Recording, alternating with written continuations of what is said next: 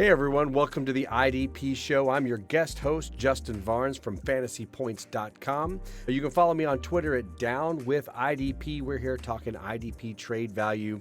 We just had free agency roll through. We got the draft coming up. So we're going to talk some trades that I think you want to try and get in before the draft, certainly before the season. We're talking dynasty. So a couple little things that I always kind of follow that have helped me out over the years. One, usually when I'm talking trading for IDPs, I got a couple of rules. Number one, no new defensive coordinators. I want no new DCs coming in and changing up the plan, because no matter what they try and tell you, I've just heard so much coach speak over the years, we're bringing in a new defense. It's going to be an attacking defense. It's bend or break. And it's, just none of that stuff really changes anything. They tell us absolutely nothing. So I don't want to have a player that I'm trading for that had a great season last year and a great scheme, and now they're obviously changing something up. If they're changing defensive coordinators, something's going to change. What are the exceptions to that rule? I don't know. Myles Garrett, TJ Watt, they're going to be just fine. But particularly for defensive backs, which I loathe in Dynasty, it's a whole other conversation. And for linebackers, and maybe for some interior linebackers as well, because that or interior linemen, that 2-gap, 1-gap situation can change a lot of things. But just in general, I've learned the hard way. Do not be messing around with new defensive coordinators. Also, this is true in redraft. It's even more so in Dynasty.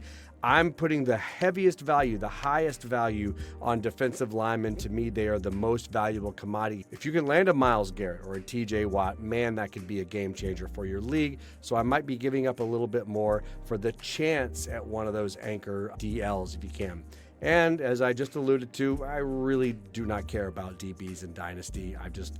The mountain of evidence that tells me that I'm mostly wasting my time trying to find the guy.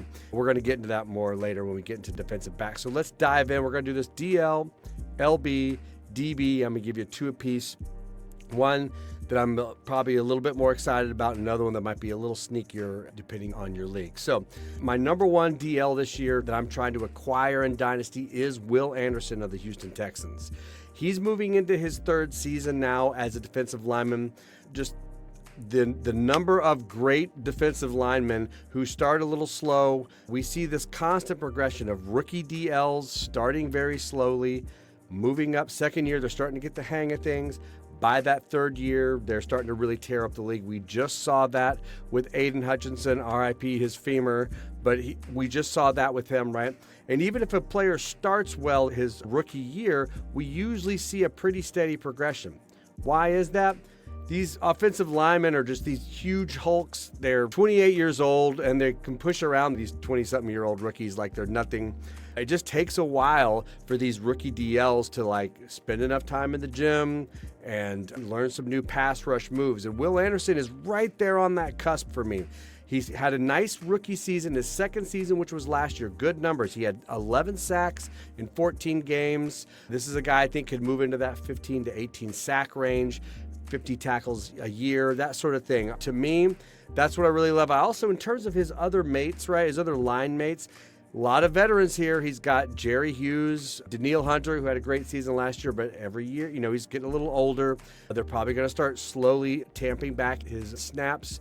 And Danico Autry, same sort of thing. So there's not really a whole lot of other people there who are going to be basically pulling him off the field.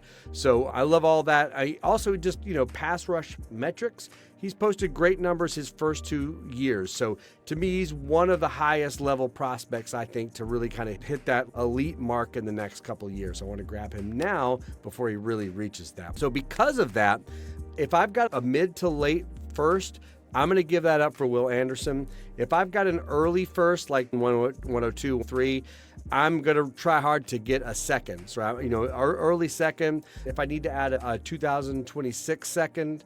So 2 seconds I'm happy with, or a first for Will Anderson. That's a big one for me. I just think he has a great opportunity to be an anchor for you.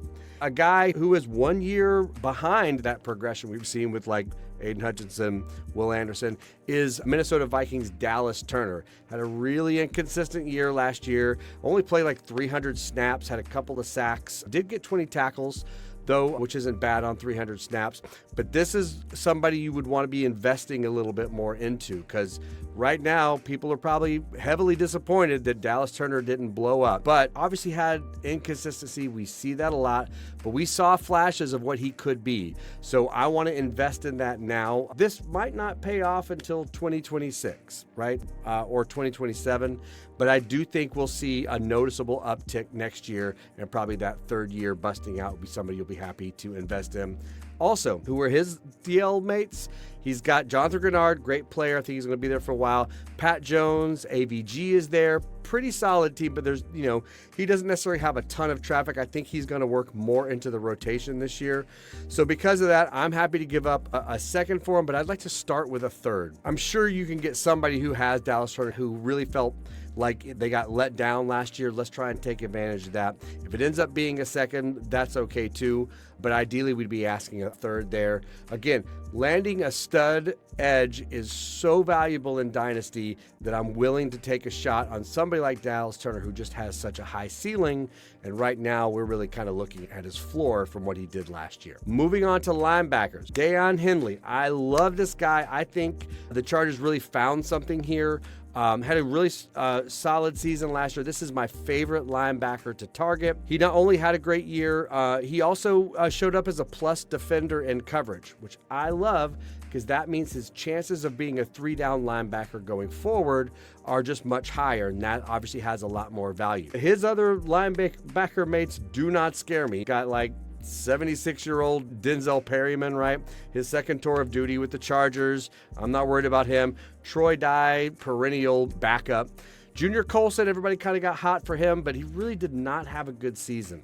So I picture Henley being the man there, and then they form some sort of committee next to him. So I really like that. I'm willing to give up a second-round pick for him.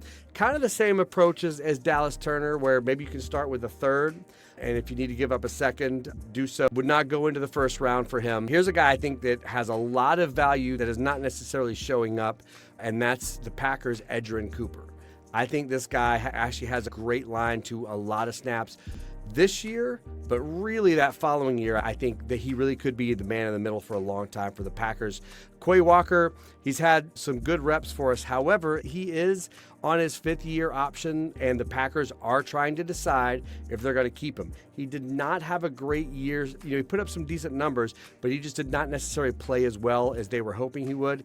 He did get injured. Cooper got injured, but Cooper actually ended up being, per PFF, he was the highest graded defensive Packer, and he really did have a great year.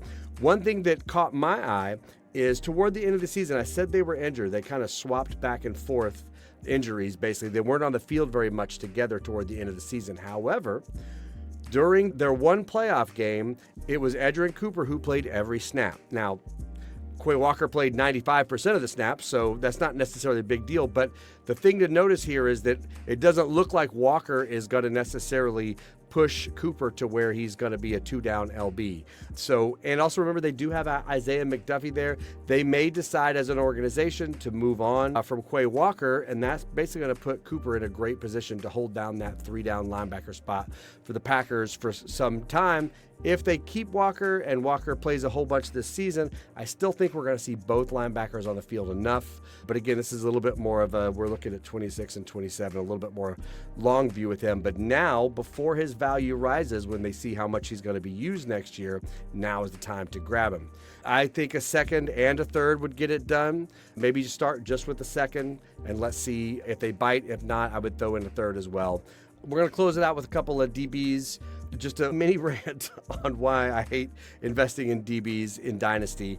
I mean, you have to invest some, of course, but for me, we talked earlier about defensive coordinators getting changed. Even if you've got the same defensive coordinator, most of the adjustments that we see for defenses in the offseason come at the expense of toying with the secondary. You can be a phenomenal safety, and that doesn't mean you're going to be placed in a spot where you're going to be the one who tackles the most. We've seen that a bunch with Budda Baker there in Arizona for a while. He's having monster seasons. Then they just tinkered with it a little bit, and the next thing you know, he's playing deep a lot and not getting those opportunities.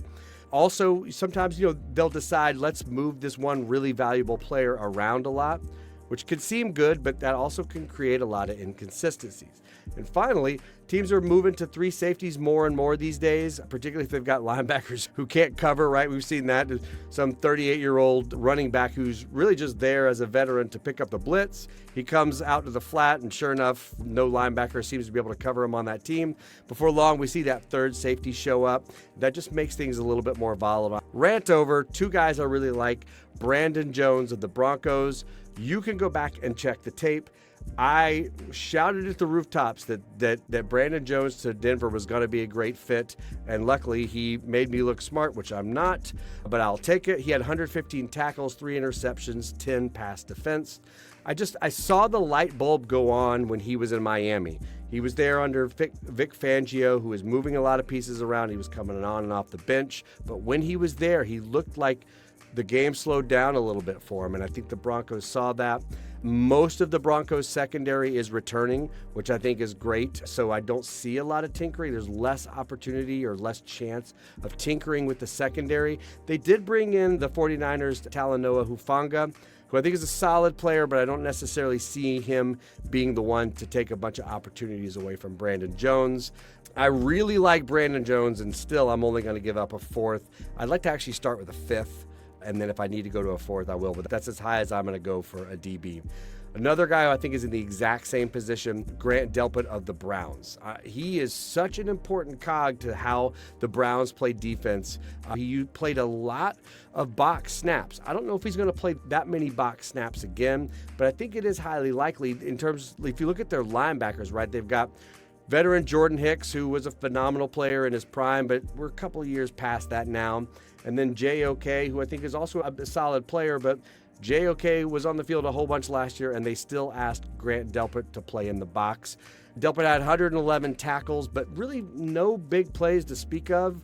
And that's a great opportunity to take advantage of, because a lot of big plays when it comes to defensive backs, there's a lot of volatility and luck involved there. If I can get a cornerback to give me 5 or 6 interceptions in a year, I'm absolutely trading that player as soon as we get to the offseason, because there's so much luck involved. This actually might work to your advantage. You might have someone who has Delpit and says, yeah, he put up a good number of tackles, but he didn't really give me any big plays.